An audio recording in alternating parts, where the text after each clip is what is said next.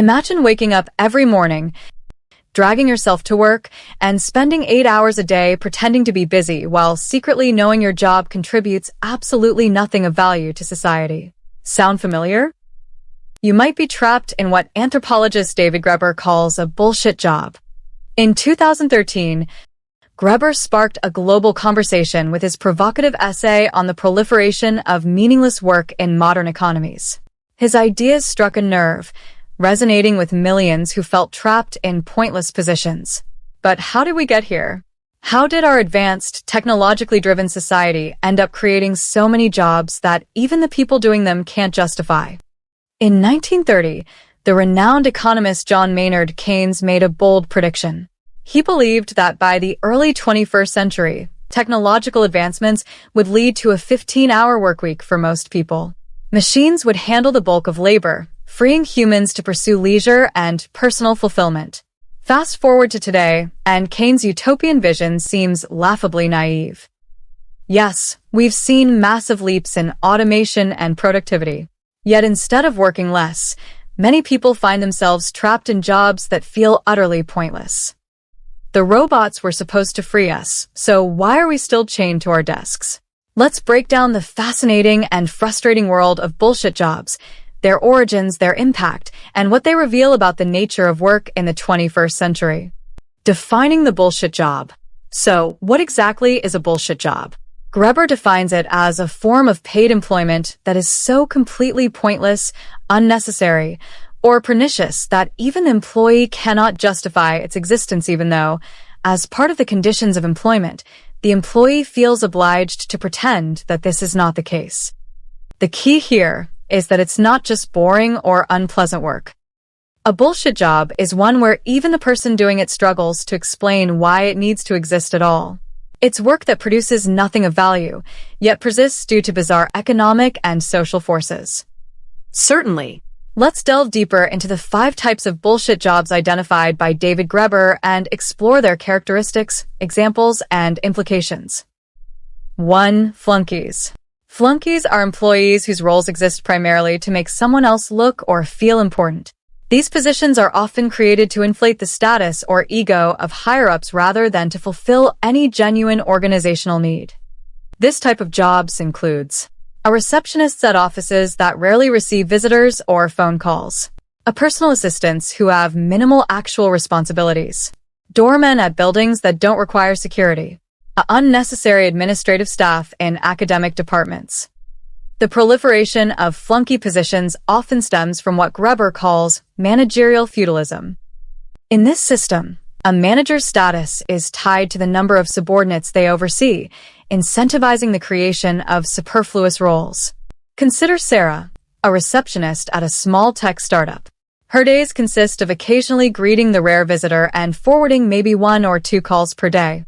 The rest of her time is spent trying to look busy, as the company insists on maintaining a professional image by having someone at the front desk at all times. 2. Goons.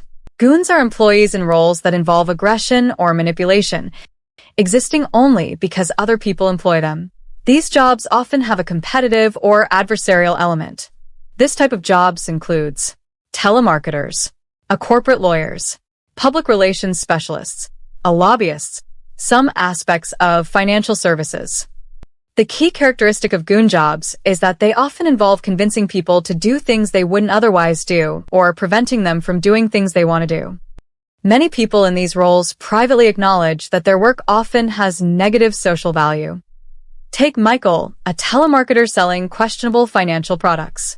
He spends his days using aggressive sales tactics to push products onto unsuspecting consumers.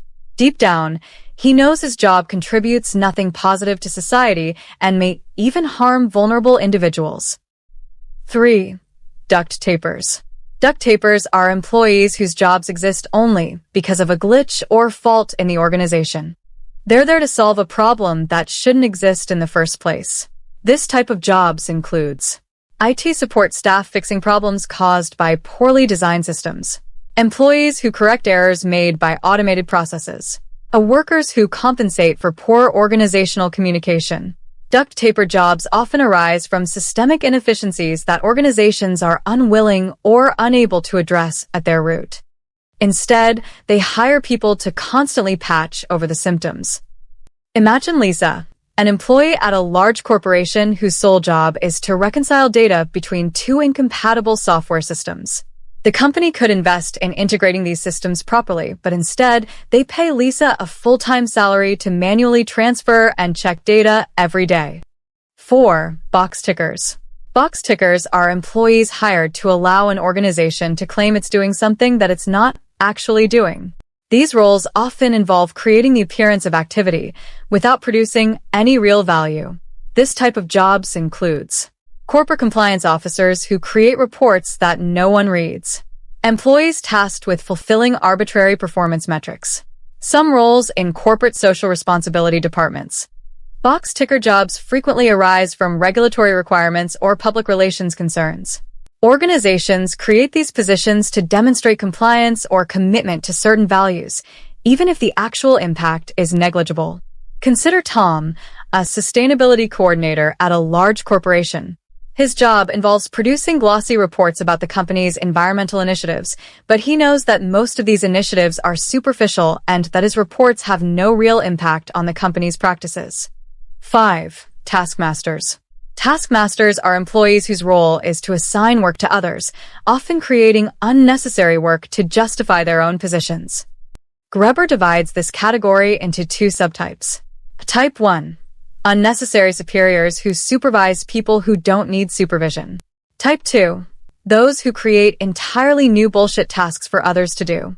This type of jobs includes middle managers with no real responsibilities beyond distributing work, consultants who generate needless projects and reports, administrators who create bureaucratic processes that add no value. Taskmaster jobs often proliferate in organizations with unclear goals or metrics for success. In the absence of clear productivity measures, creating and assigning tasks becomes a proxy for actual achievement. Take Robert, a middle manager at a large insurance company. He spends his days creating elaborate spreadsheets tracking his team's activities and holding meetings to discuss these reports. His team members, however, feel that they could work more efficiently without his constant interventions and arbitrary targets. The psychological toll. The prevalence of bullshit jobs isn't just an economic issue, it's a deeply human one.